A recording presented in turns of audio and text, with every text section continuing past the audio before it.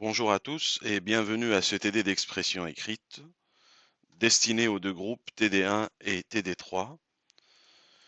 Donc, dans ce cours, nous allons aborder la deuxième partie du chapitre sur le récit et le discours que nous avons commencé à faire la dernière fois.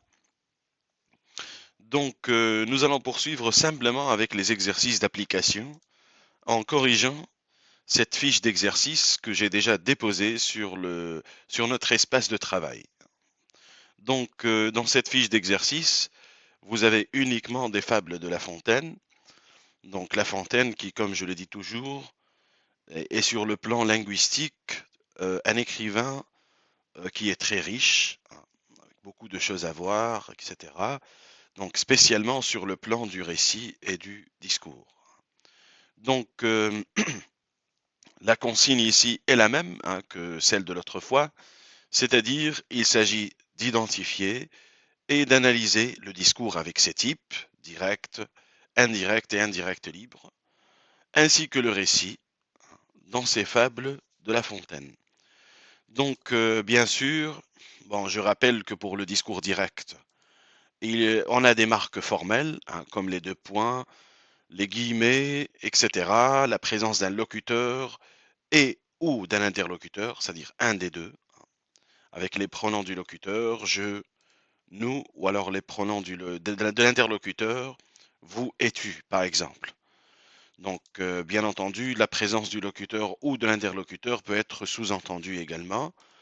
Donc, et puis, nous avons aussi vu que le discours indirect libre est un discours, entre guillemets, mixte, qui présente à la fois les caractéristiques du discours direct et du discours indirect.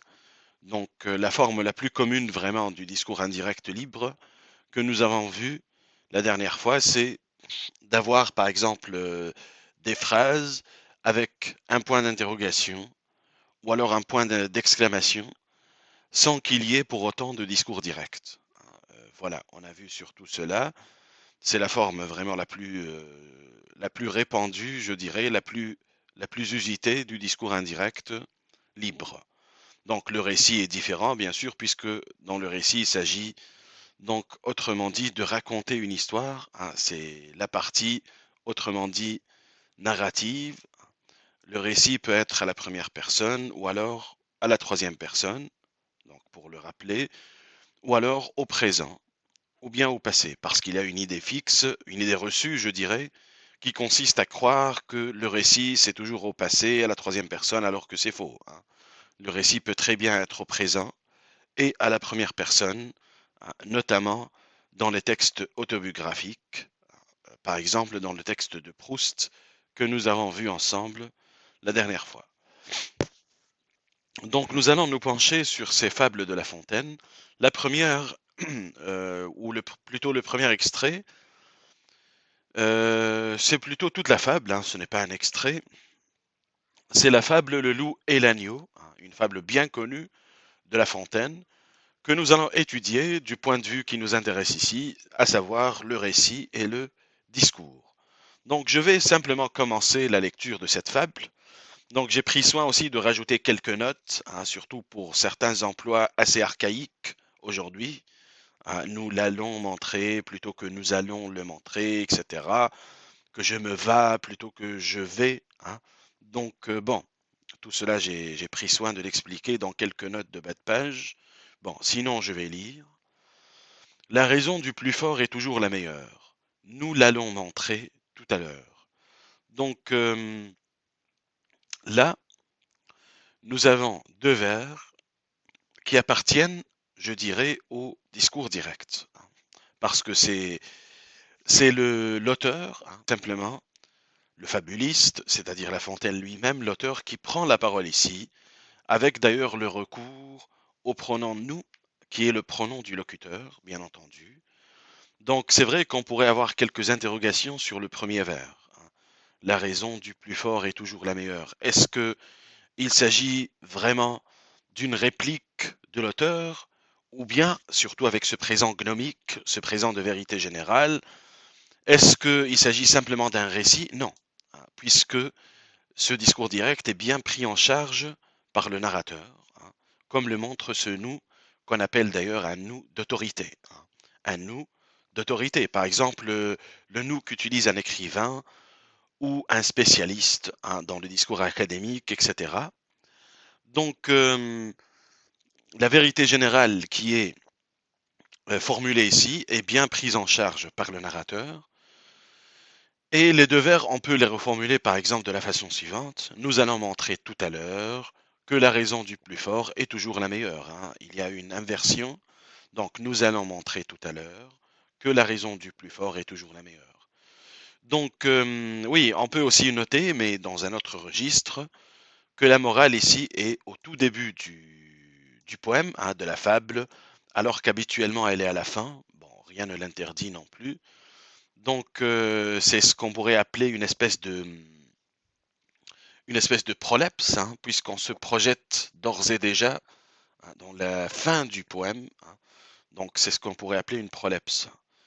Donc bon, les deux vers, les deux premiers vers appartiennent bien sûr au discours direct, puisque la vérité générale formulée ici est prise en charge par le narrateur, qui utilise d'ailleurs le pronom personnel nous. Bon, voilà, simplement. Donc je continue la lecture. Ananias se désaltérait, dans le courant d'une onde pure. Un loup survient à Jean, qui cherchait aventure, et que la faim en ces lieux attirait. Donc là, hein, pour les vers de 3 à 6, hein, à partir de Ananias se désaltérait jusqu'à et que la faim en ces lieux attirait. Donc il s'agit d'un récit, hein. Il s'agit en revanche d'un récit. Donc le narrateur, comme vous pouvez le remarquer, s'efface, hein. Bien sûr, c'est une illusion de l'écriture, hein. Le narrateur est toujours là de toute façon. Il est toujours omniprésent.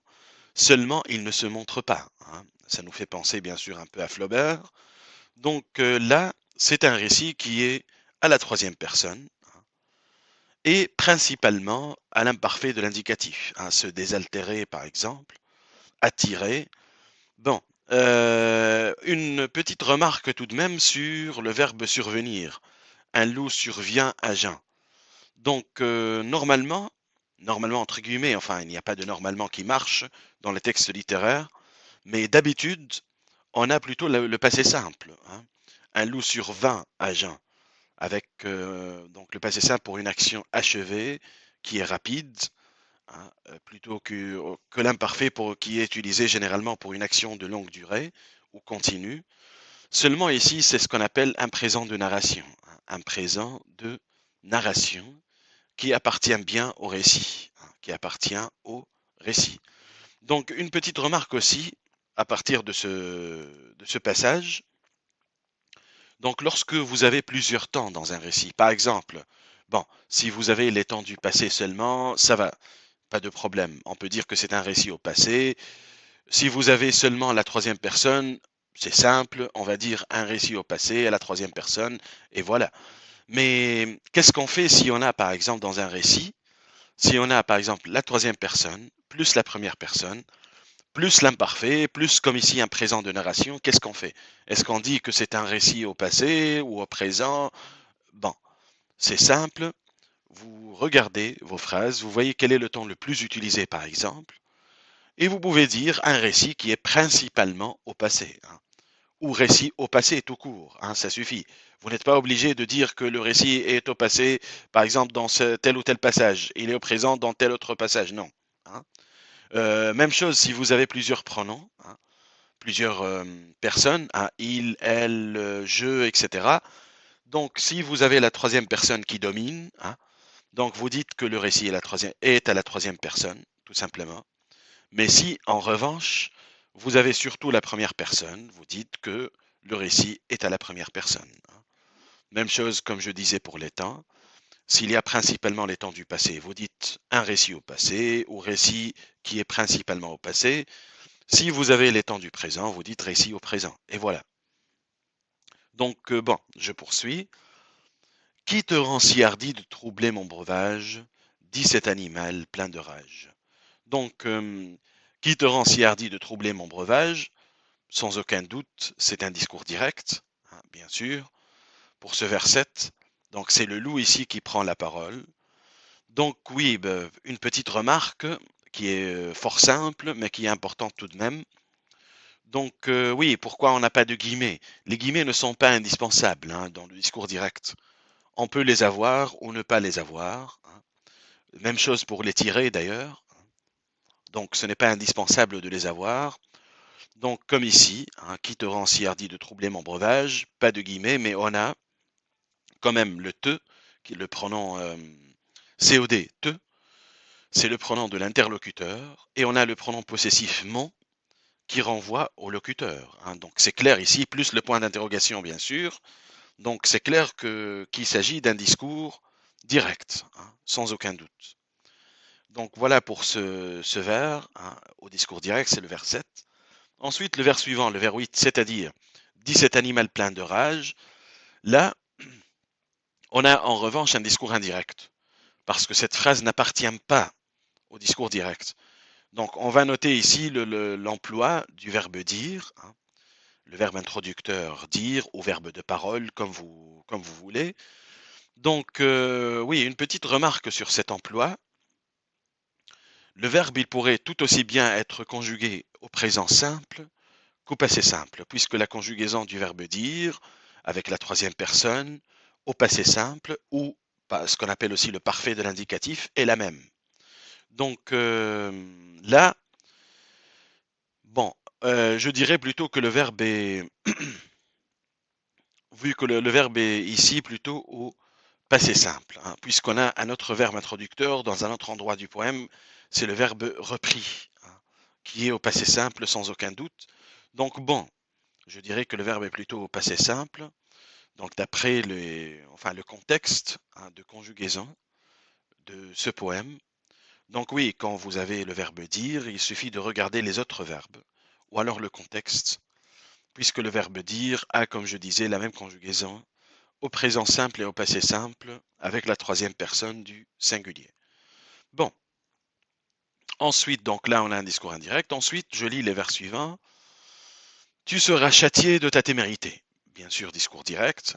Tu, t'as, donc bien sûr, on a seulement les pronoms de l'interlocuteur, mais comme j'étais en train de le dire, les pronoms du locuteur ne sont pas toujours indispensables, hein. Il suffit d'avoir un interlocuteur pour qu'on devine, hein, pour qu'on comprenne qu'il y a forcément un locuteur, hein. Voilà. Donc, tu seras châtié de ta témérité, discours direct, sans aucun doute, avec les temps qui sont utilisés habituellement au discours, hein. J'ai dit que je n'aimais pas ces distinctions, mais ici on a un futur simple. Donc, sire, répond l'agneau, que votre majesté. Donc, sire, dans le sens de, enfin, c'était un titre de noblesse, sire, messire, etc. Utilisé surtout au Moyen Âge, mais qu'on retrouve dans certains écrits du XVIIe et même du XVIIIe, mais au XVIIIe ça devient plutôt ironique, au XIXe encore plus. Donc, bon, bref, sir, on a en anglais sir, donc sire, c'est une vieille forme en français. Donc, sire, c'est le discours direct, ça désigne l'interlocuteur, bien sûr.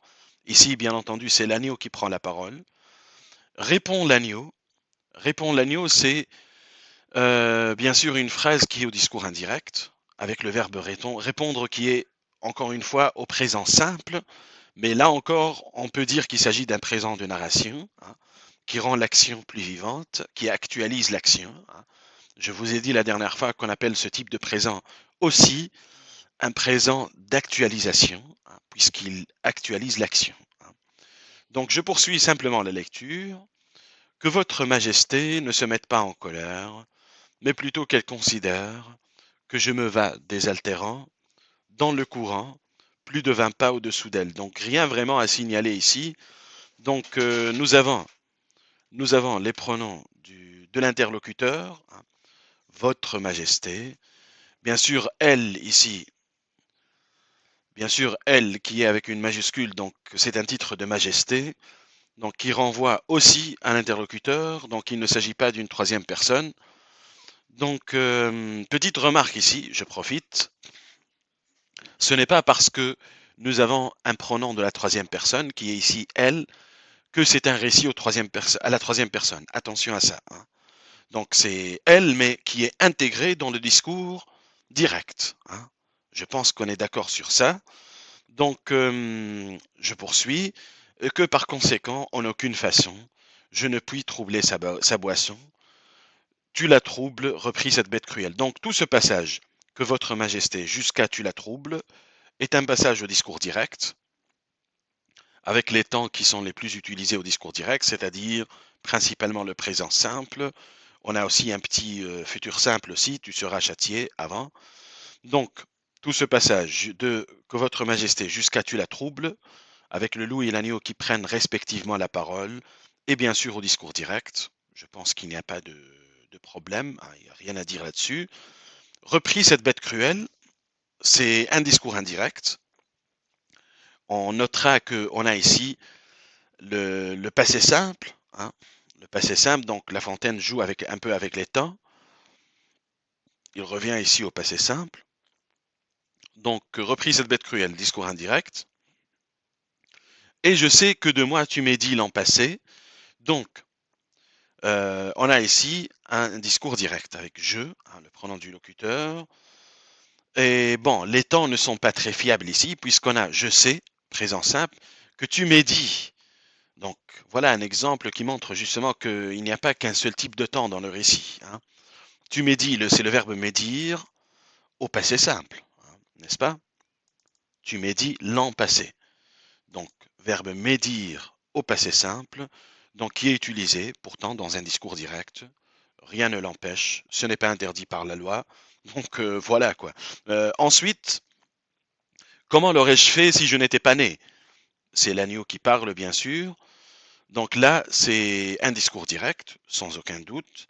Et on remarquera encore une fois que dans ce discours direct, on a une interrogation directe d'abord, ça c'est clair. Le pronom du locuteur je pense que c'est clair aussi.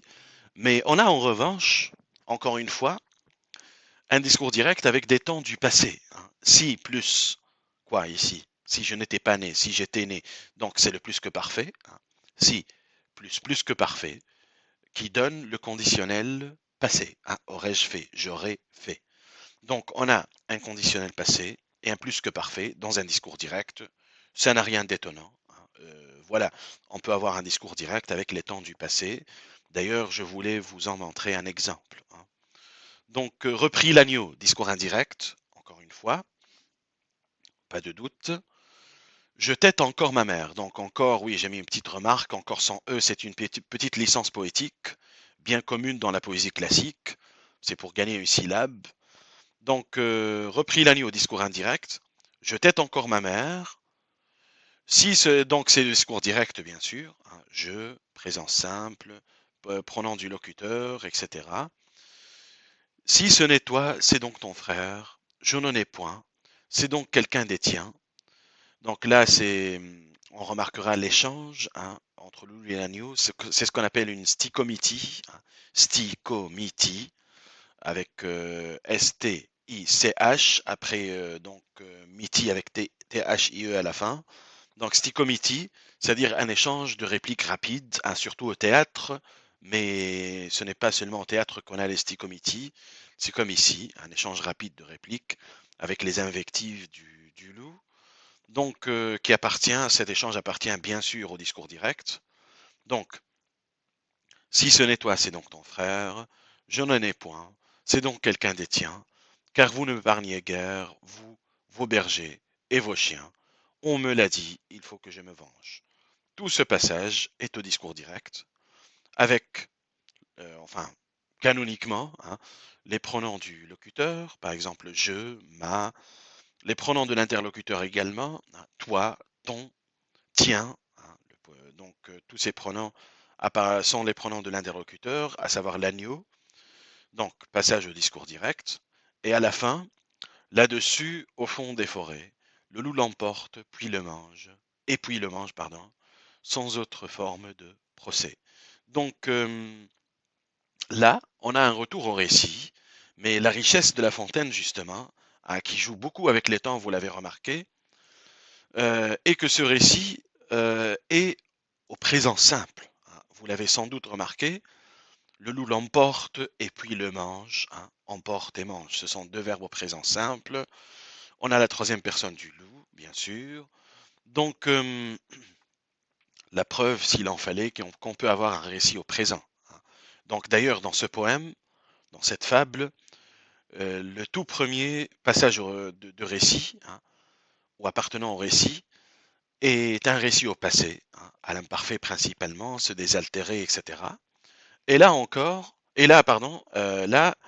on a un récit au présent, hein, qui rend l'action justement plus immédiate, plus vivante et plus violente. Plus violente. C'est comme si on était en train de voir, hein, le loup qui dévore ou en train de dévorer, qui est en train de dévorer l'agneau. Hein. Donc voilà, c'est un présent, je dirais un présent de la violence, hein, surtout, qui rend l'action immédiate, hein, plus visible, entre guillemets, pour le lecteur. Hein. Donc voilà, il y a beaucoup de faits de style, hein, dans ce poème. Hein. Oui, le récit, il met surtout en évidence, justement, la brutalité, hein, du loup. Hein. Voilà. Donc oui, ici, vous avez certainement remarqué que il y a beaucoup de choses à noter. Donc, un récit au passé, plus un récit au présent, ou encore un discours indirect, hein, qui peut aussi avoir un verbe au présent ou au passé. Donc, voilà, ce sont des faits qui sont intéressants et qui sont à noter, hein, pour éviter de faire les généralisations qu'on fait d'habitude quand il est question du récit et du discours. Donc nous allons passer au deuxième extrait. C'est toujours une fable de La Fontaine. Enfin, il s'agit encore une fois de l'intégralité de la fable, le lion et l'âne chassant. Donc je vais lire, et comme pour l'autre fable, analyser certains passages en particulier, et bien sûr indiquer à chaque fois s'il s'agit d'un récit ou d'un discours, etc. Donc je commence. Le roi des animaux se mit un jour en tête de giboyer. Il célébrait sa fête. Le gibier du lion, ce ne sont pas moineaux, mais beaux et bons sangliers, daims et cerfs bons et beaux. Bon, là, pour le début de cette fable, nous avons un récit. Il s'agit d'un récit qui est principalement au passé, bien sûr. Bon, les vers, par contre, 3 et 4, méritent quelques remarques. Je vais les relire. Le gibier du lion, ce ne sont pas moineaux, mais beaux et bons sangliers, daims et cerfs bons et beaux.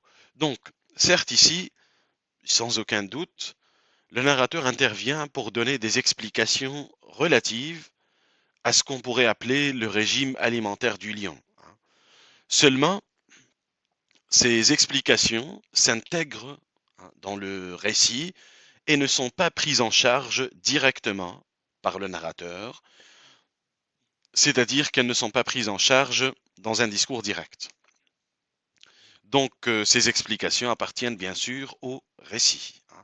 Lorsque vous tombez comme ça sur un présent qu'on appelle présent de vérité générale ou bien présent gnomique, faites bien attention. Il faut vérifier si ce présent de vérité générale s'intègre au récit, dans le récit, ou bien si ce présent de vérité générale n'est pas en quelque sorte, si vous voulez, assumé, hein, par le locuteur, par le narrateur, hein, comme ici. C'est-à-dire que le passage s'intègre parfaitement dans le récit. Hein. On a ce phénomène chez Flaubert, par exemple, qui admirait beaucoup La Fontaine au passage. Donc, premier passage au récit, je continue. Pour réussir dans cette affaire, il se servit du ministère, de l'âne à la voix de Stentor. Donc, Stentor, oui, c'est un héros mythique qui était réputé pour avoir une très forte voix. Donc, Stentor sans la majuscule parce qu'il s'agit de ce qu'on appelle ici une antonomase, hein, sans la majuscule. Donc, bon, l'âne émissaire lion fit office de corps, le lion le posta, le couvrit de ramée, lui commanda de braire, assuré qu'à ce son, les moins intimidés fuiraient de leur maison. Leurs troupes n'étaient pas encore accoutumées à la tempête de sa voix.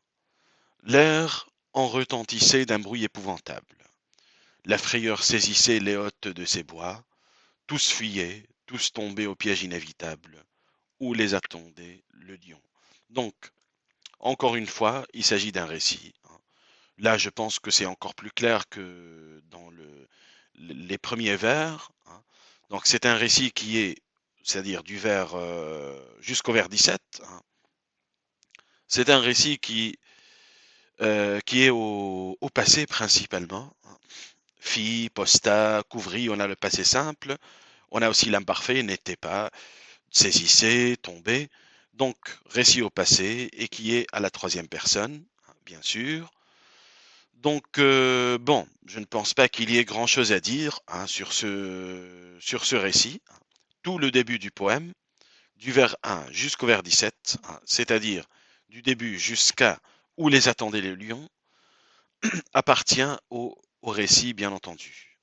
Il y avait juste ces remarques qui m'ont semblé importantes sur le présent de vérité générale, qui s'intègrent, comme je disais, au récit, donc au point qu'ils se confondent.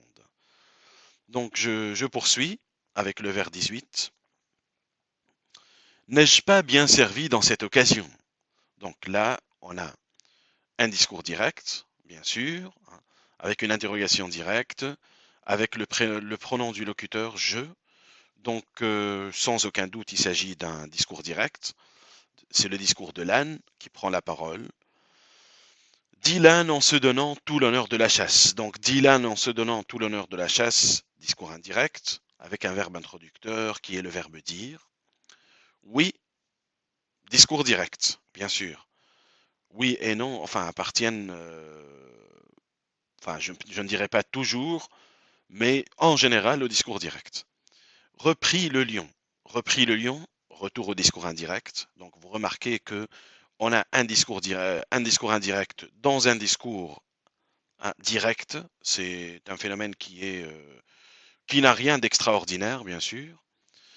Retour maintenant encore une fois au discours direct. C'est bravement crié. Si je ne connaissais ta personne et ta race, j'en serais moi-même effrayé. Donc là, encore une fois, c'est un discours direct. On remarquera, comme dans la première fable, que La Fontaine mélange les temps ici, c'est-à-dire on a aussi bien le présent simple que l'imparfait de l'indicatif. Si je ne connaissais, c'est imparfait. Le conditionnel présent aussi, j'en serais. Donc, enfin, pour vous dire que on peut très bien avoir le présent, les temps du présent, ainsi que les temps du passé, dans un discours direct. Encore une fois. Donc, oui, vous n'êtes pas obligé pour le discours direct de dire c'est un discours au présent, c'est un discours au passé, ce n'est pas la peine. Ça, on le fait d'habitude pour le récit, c'est-à-dire pour les temps dominants du récit, mais pas pour le discours direct, ce n'est pas la peine. Parce que le discours direct, d'un point de vue grammatical, c'est-à-dire par rapport à la conjugaison, est un discours qui est assez mixte. On peut avoir toutes sortes de temps finalement. Donc, bon, je continue. L'âne, s'il eût osé, se fût mis en colère, encore qu'on le raillât avec juste raison. Donc, là, pour ces deux vers, on a un retour au récit. Retour au récit qui est bien sûr au passé. On a eu osé et se fût mis, c'est la deuxième forme du conditionnel passé, qui n'est presque plus utilisé aujourd'hui, ni à l'oral ni à l'écrit, malheureusement. C'est un temps du conditionnel qui est en train de disparaître, mais qui est utilisé par La Fontaine ici, pour exprimer l'impossibilité, deuxième forme du conditionnel passé, et raya, à notre temps qui est en train de disparaître, l'imparfait du subjonctif. Donc, récit au passé, bien sûr, et à la troisième personne. Bon, je poursuis. Car qui pourrait s'offrir à l'âne fanfaron? Ce n'est pas là leur caractère. Donc, pour ces deux vers, les deux derniers vers, donc vous allez remarquer que dans les corrigés, je les ai répétés deux fois. Cela ne doit pas vous étonner, parce que on peut avoir ici deux interprétations en fait. Soit on dit que c'est le narrateur qui prend directement la parole ici. Qui pourrait s'offrir à l'âne fanfaron, ce n'est pas là leur caractère. C'est une sorte de commentaire de La Fontaine. mais sans le pronom du locuteur, hein. Donc on pourrait dire qu'il s'agit d'un discours direct et considérer dans ce cas l'interrogation comme une interrogation indirecte, comme une interrogation, pardon, directe, c'est possible. Et la deuxième interprétation qui me semble quand même la plus pertinente, c'est de dire que ce discours est plutôt indirect libre. Indirect libre, donc c'est possible également. Dans ce cas, donc la question permettrait plutôt de déclencher une réflexion chez le lecteur, bien sûr. Donc en tout cas, les deux interprétations sont tout à fait acceptables ici. Il n'y a pas de... Oui, enfin, même si moi je penche plutôt pour la deuxième, mais les deux sont tout à fait acceptables, hein, pour ces vers. Donc voilà pour le deuxième extrait. Pour ce qui est maintenant du troisième extrait, c'est la fable, pardon, c'est la fable Le coche et la mouche, et oui, le coche et le mouche plutôt. Donc, je vais, comme pour les autres fables, lire et commenter bien sûr les parties de discours et de récit. Donc je commence. Dans un chemin montant, sablonneux, malaisé, et de tous les côtés au soleil exposé, 6 forts chevaux tiraient un coche. Femmes, moines, vieillards, tout était descendu. L'attelage sué, soufflé, était rendu. Donc jusque-là, rien à dire vraiment, il s'agit d'un récit, hein, tout ce qu'il y a de plus classique, c'est-à-dire un récit au passé, avec la troisième personne, qui est ici la troisième personne du pluriel surtout, mais bon, on va dire que c'est la troisième personne. Donc ensuite, une mouche survient et des chevaux s'approchent, prétend les animer par son bourdonnement. Donc là, encore une fois, nous avons le récit. C'est vrai que survient, donc le verbe est conjugué au présent simple, mais rappelez-vous, comme dans la fable, le loup et l'agneau, donc d'ailleurs c'est le même verbe, hein, ce qui est assez amusant. Donc dans la fable Le loup et l'agneau, vous avez un loup survient à jeun, hein. Donc ici c'est une mouche survient, c'est le même phénomène, c'est-à-dire un présent de narration, mais qui appartient au récit. Donc un emploi qui est plutôt propre aux écrivains, hein. Donc ensuite, une mouche survient et le chevaux s'approche. Donc les verbes sont toujours au présent. Prétend les animer par son bourdonnement. Pique l'un, pique l'autre, et pense à tout moment qu'elle fait aller la machine.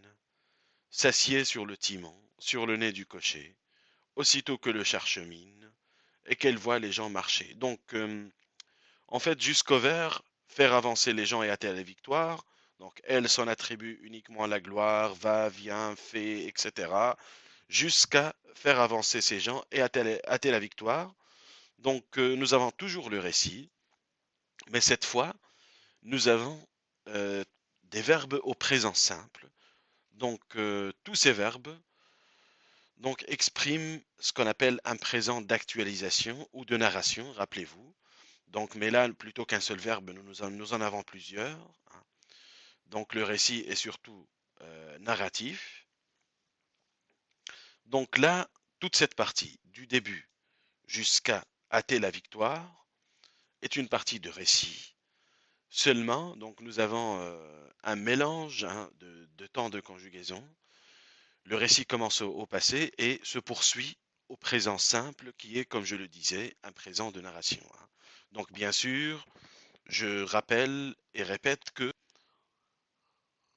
il ne suffit pas d'avoir un présent simple pour croire qu'il s'agit forcément d'un discours direct. Attention à ça, c'est une source vraiment fréquente d'erreurs. Donc je vais poursuivre.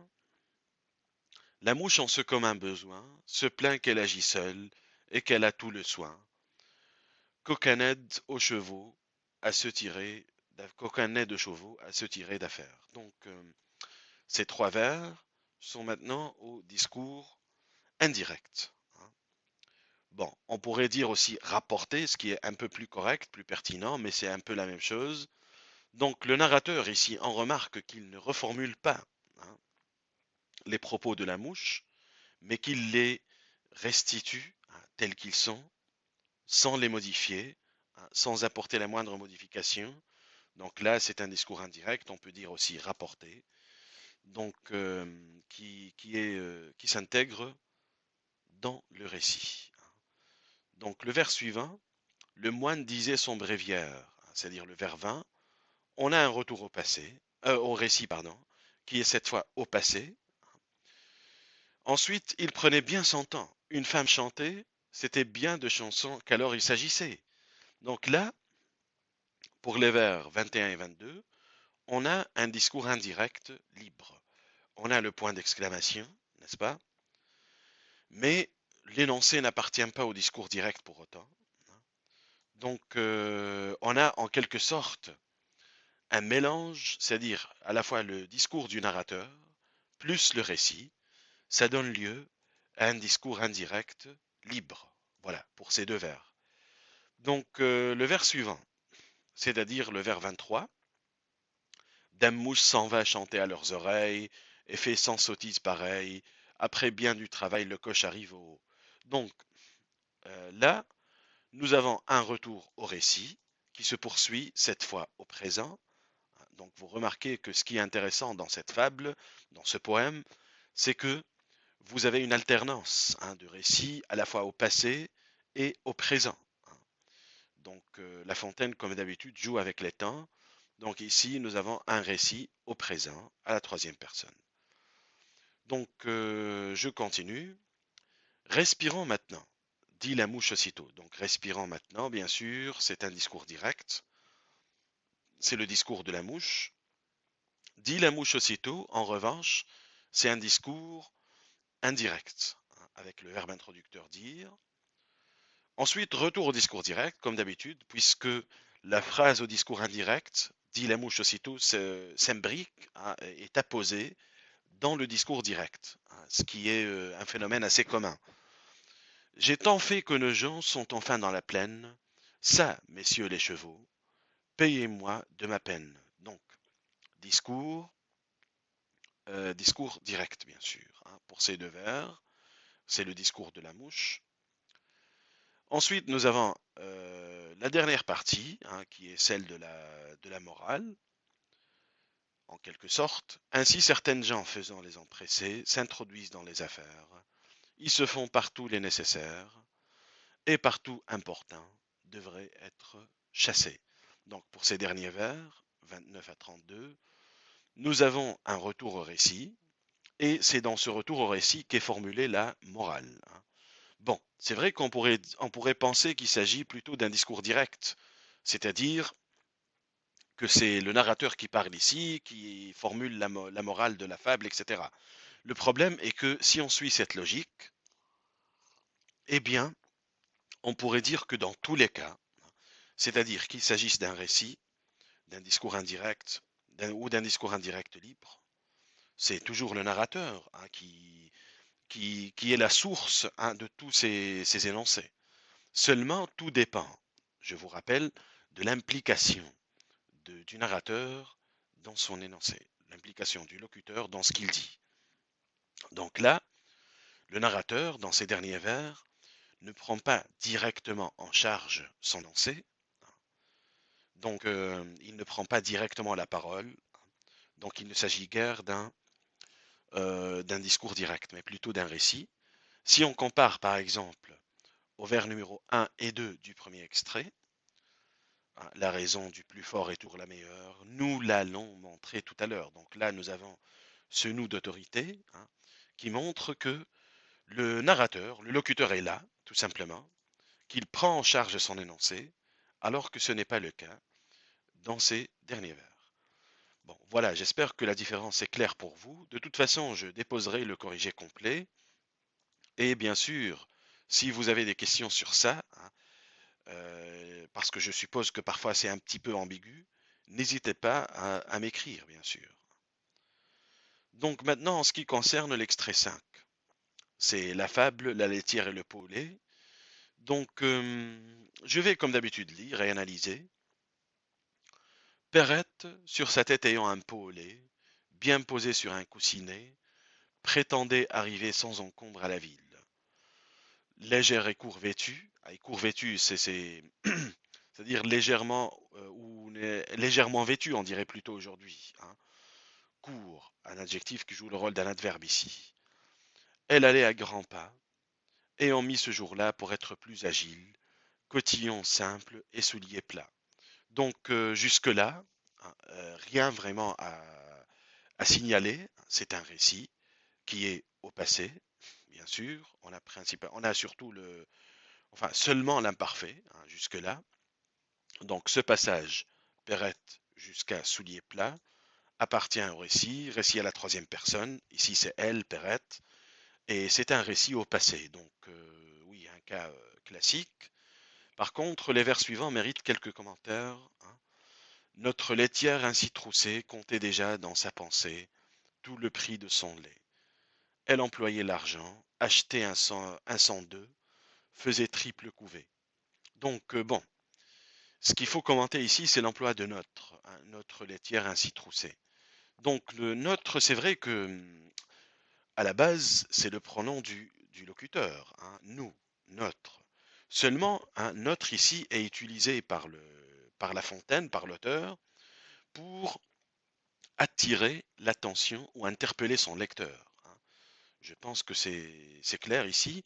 Vous avez ce phénomène aussi dans beaucoup d'œuvres, par exemple Madame Bovary, avec l'emploi de ce nous, du vous aussi, hein, qui est là pour interpeller le lecteur, hein. Mais ce passage appartient aussi au récit, hein. Récit au passé, à la troisième personne. Donc notre laitière ainsi troussée jusqu'à triple couvée, c'est un récit, vraiment rien à dire, hein, sauf sur ce notre, hein, qu'il faut commenter tout de même. Donc ne vous laissez pas induire en erreur. Si vous avez nous, notre, vous, hein, mais qui n'est pas là dans le cadre d'un discours direct, il est là pour interpeller le lecteur. Ne dites pas qu'il s'agit d'un discours direct, mais plutôt d'un récit. Bon, le cas après n'est pas, enfin, on n'a pas toujours ce genre d'interpellation, hein, donc il faut faire attention, hein. Le nous pourrait aussi, bien sûr, être le nous du locuteur, hein, celui qui parle. Bon, je poursuis. La chose allait à bien par son soin diligent, donc récit aussi, hein, donc du début, Perrette sur sa tête, etc., jusqu'à ce vers, la chose allait à bien par son soin diligent, c'est un récit, hein. C'est un récit qui est au passé et à la troisième personne, bien entendu. Donc, je poursuis la lecture. Il m'est, disait-elle facile, d'élever des poulets autour de ma maison. Le renard sera bien habile. Bon, là, on a un discours direct. Il m'est, bon, disait-elle, bien sûr, avec le verbe introducteur, c'est le discours indirect. Mais sinon, il m'est facile d'élever des poulets, etc. Tout cela, c'est le discours direct, bien entendu, que je vais continuer à lire. Le renard sera bien habile s'il ne me laisse assez pour avoir un cochon. C'est vrai que nous avons il, mais ce il est utilisé dans le discours direct, hein. Lorsque vous avez il, elle, etc., ne sautez pas directement sur ce pronom pour dire récit à la troisième personne. Non. Parfois, ce il ou ce elle, au singulier ou bien au pluriel, est tout simplement employé dans un discours direct, hein, pour désigner quelqu'un d'autre, hein, comme ici. Donc voilà, hein. Le porc à s'engraisser coûtera peu de son. C'est c'est toujours le discours direct. Il était, quand je lus, de grosseur raisonnable, discours direct, malgré la présence de l'imparfait et du passé simple. On a dit que le discours direct peut contenir 7 ans. J'aurai le revendant de l'argent bel et bon, et qui m'empêchera de mettre en notre étable, vu le prix dont il est, une vache et son veau, que je verrai sauter au milieu du troupeau. Donc jusque-là, toute cette partie est au discours direct, c'est-à-dire à partir de il m'est jusqu'à sauter au milieu du troupeau, c'est un discours direct, à l'exception bien sûr de disait-elle, qui appartient au discours indirect, avec le recours à un verbe introducteur, le verbe dire, qui est ici à l'imparfait de l'indicatif. Donc, je continue. Perrette là-dessus saute aussi, transportée. Le lait tombe, adieu veau, vache, cochon, couvé. La dame de ses biens quittant d'un œil Marie, Marie, c'est-à-dire perturbé, inquiet, etc., avec deux R, sa fortune ainsi répandue, va s'excuser à son mari, en grand danger d'être battue. Donc ça, tout ça, c'est un récit qui est cette fois au présent, hein. Troisième personne, mais au présent. Perrette saute, transportée, le lait tombe, c'est un présent encore une fois de narration ou d'actualisation, hein, qui rend l'action plus vivante, plus vive aussi, hein. Le récit en farce en fut fait. On l'appela le pot tollé. Donc là, c'est un récit encore une fois, mais qui est cette fois au passé, hein. D'ailleurs, ça commence par le récit, hein, on fut fait, on l'appela. Donc, c'est le récit. Donc là, nous avons deux formes. Ce qui est intéressant, c'est que nous avons à la fois, à partir bien sûr de Perrette là-dessus, saute aussi transporté, nous avons un récit au présent, suivi d'un récit au passé. Donc c'est normal, ça n'a rien d'étonnant vu que le présent en question, comme j'ai dit, est un présent de narration qui s'emploie avec les temps du passé, hein. Donc je continue. Quel esprit une balle accompagne? Qui ne fait château en Espagne? Donc ces deux vers sont au discours indirect libre, bien sûr. Donc il s'agit de phrases interrogatives avec une interrogation qui n'est pas directe, bien sûr. On ne veut pas dire qu'elle est indirecte aussi, hein, puisque si on dit que c'est une interrogation indirecte, ça serait plutôt le discours rapporté, hein, ou indirect. C'est une interrogation tout simplement, mais sans la présence d'un discours direct. Donc là, nous avons un discours indirect libre. Donc pour ces deux vers. Donc je poursuis. Picrocole, Pyrrhus, la laitière, enfin tous. Là, on doit lire tout et pas tous. Licence poétique pour que tout se rime avec fou, hein, en fait.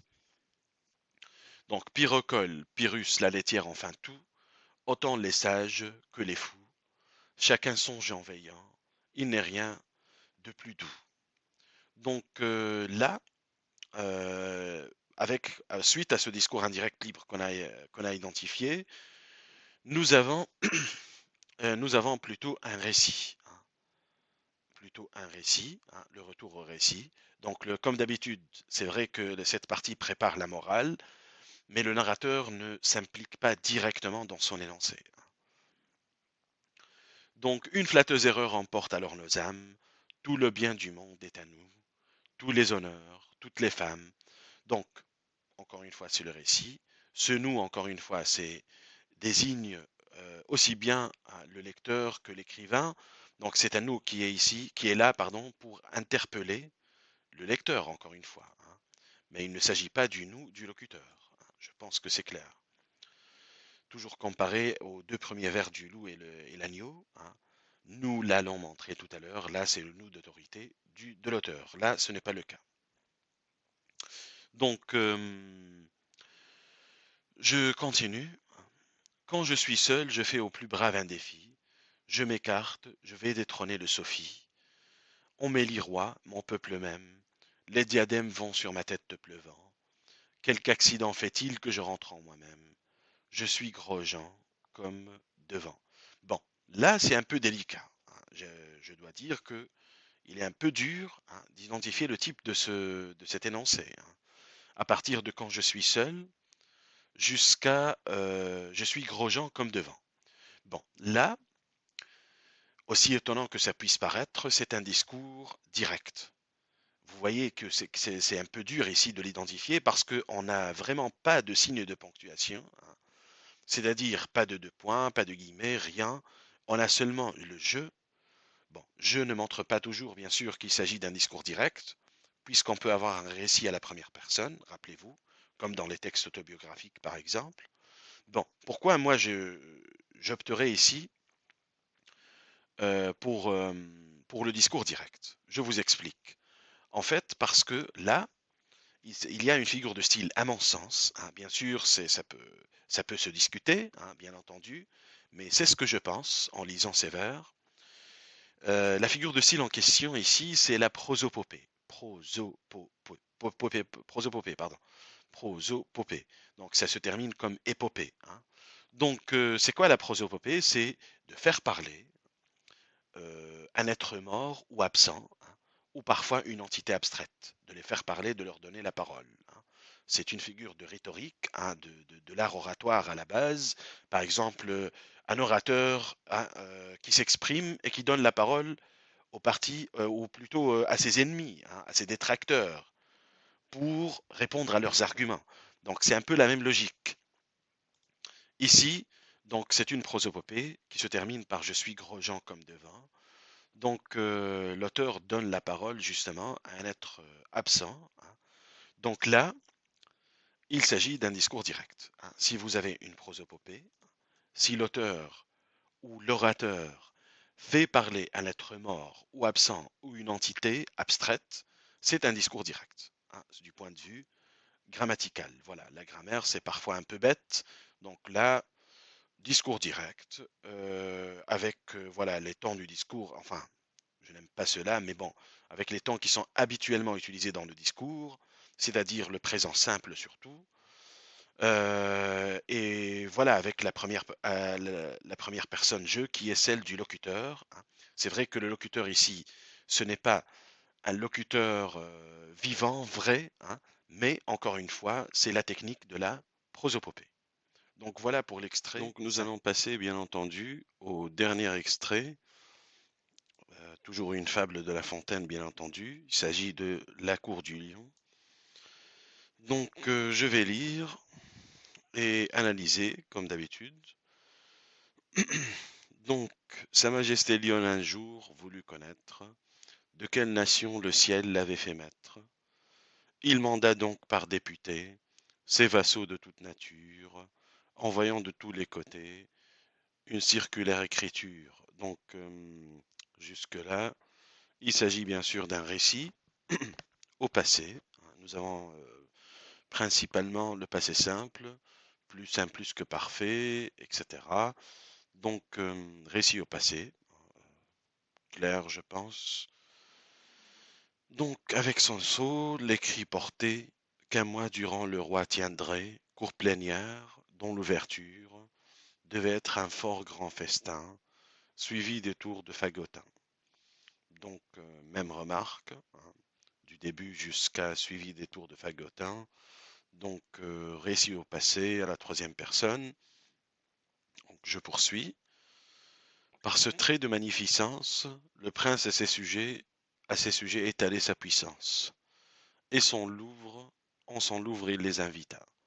Donc, même chose, hein, encore une fois, c'est un récit au passé. Du début jusqu'à en son Louvre, il les invita. Récit à la troisième personne et au passé. Donc, pas de remarque particulière, hein, jusque-là. Bon, le vers suivant, par contre. Quel Louvre? Un vrai chantier dont l'odeur se porta d'abord au nez des gens. Donc, quel Louvre? Ici, l'exclamation n'est pas ou n'appartient pas au discours direct. C'est plutôt d'un discours indirect libre qu'il s'agit. Par contre, la suite du vers, un vrai charnier dont l'odeur se porta d'abord au nez de gens. Donc là, nous avons un retour au récit. Donc l'ours boucha sa narine, il se fut bien passé de faire cette mine, sa grimace déplut, le monarque irrité l'envoya chez Ploutan faire le dégoûté. Donc récit au passé comme d'habitude, avec principalement le passé simple. Le singe approuva fort cette sévérité, et flatteur excessif il loua la colère, et la griffe du prince, et l'antre et cette odeur. Il n'était ambre, il n'était fleur, pardon, qui ne fut aille au prix, sa sotte flatterie eut un mauvais succès, et fut encore puni. Donc, encore une fois, il s'agit d'un récit au passé. Donc, jusque-là, rien vraiment à signaler, sinon cette courte, courte phrase, hein, exclamative, quel Louvre, qui appartient au discours indirect. Donc, je vais simplement poursuivre. Ce monseigneur du Lion-là fut parent de Caligula, le renard étant proche, récit également, hein, au passé. Or ça, lui dit le sire, or ça, c'est un discours direct bien sûr, lui dit le sire, discours indirect, imbriqué comme d'habitude dans le discours direct. Que sens-tu? Dis-le-moi, parle sans déguiser. Bien sûr ici, c'est un, c'est un discours direct. Hein. Que sens-tu? Dis-le-moi, parle sans déguiser, avec la présence d'un locuteur, hein, moi, donc s'adressant à un interlocuteur. L'autre aussitôt de s'excuser, donc alléguant un grand rhume. Donc oui, par contre, pour cette phrase, bon, on pourrait ici la considérer comme appartenant soit au récit, tout simplement, ou alors au discours indirect. Au discours indirect, parce que s'excuser, donc autrement dit, ça rapporte hein, le discours du personnage qui dit excusez-moi. Hein. Soit on dit que ce vers appartient au récit, ou alors au discours indirect. Il y a même une troisième option, c'est le discours narrativisé. Mais bon, nous avons travaillé principalement sur les trois types, hein, trois principaux types du discours. Donc, soit on dit que cette phrase appartient au discours indirect, ou alors au récit. Hein. Alléguant un grand rhume, il ne pouvait que dire sans odorat. Bref, ils sentirent. Donc, retour au récit. Comme d'habitude, La Fontaine joue avec les temps, donc il ne pouvait que dire passé. Bref, ils sentirent. Présent simple, présent de narration. Donc, jusque-là, c'est un récit. Donc, je vais lire la suite, les quatre derniers vers. Ceci vous sert d'enseignement. Ne soyez à la cour si vous voulez y plaire, ni fade adulateur, ni parleur trop sincère, et tâchez quelquefois de répondre en normand. Donc là, moi je suis porté à dire qu'il s'agit d'un discours direct, puisque nous avons. C'est vrai qu'on pourrait m'objecter que le vous ici sert à interpeller le lecteur, mais je pense qu'il permet tout de même à l'auteur, à La Fontaine, de prendre en charge directement cet énoncé. Donc j'opterai ici pour le discours direct, hein, pour les quatre derniers vers. Donc La Fontaine s'adresse directement, je pense, à son lecteur. Hein. Bien sûr, on peut en discuter, analyser davantage, mais c'est vraiment ce qui me vient à l'esprit en lisant ces vers. Ce n'est pas comme lorsqu'on a vu l'occurrence de nous.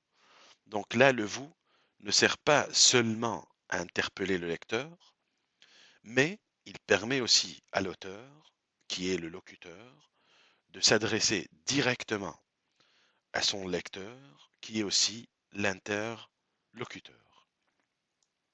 Bon, voilà pour cette activité, hein, deuxième activité sur le récit et le discours. Je pense que euh, trois activités sont nécessaires pour ce chapitre. Et la prochaine sera consacrée au discours rapporté, hein, comment passer du style direct au style indirect au rapporté. Donc nous verrons cela la prochaine fois avec des rappels, puisqu'il s'agit de choses que vous connaissez normalement. Donc rappel plus une consolidation. Et bon, bien sûr, je posterai bientôt un message au sujet du premier contrôle continu de ce semestre. Je vous tiendrai au courant. Et comme toujours, nous ferons une révision avant le contrôle. Hein. Donc, je vous proposerai deux modules, pardon, pour chacun de mes deux groupes. Voilà. Hein. Vous remarquerez aussi que le cours est un peu moins long que d'habitude. Hein. Ce n'est pas forcément 1h30, mais ça dépend toujours du cours, hein, du volume. Hein. Bon, bref, si vous avez des questions, bien sûr, n'hésitez pas. Bon courage et portez-vous bien.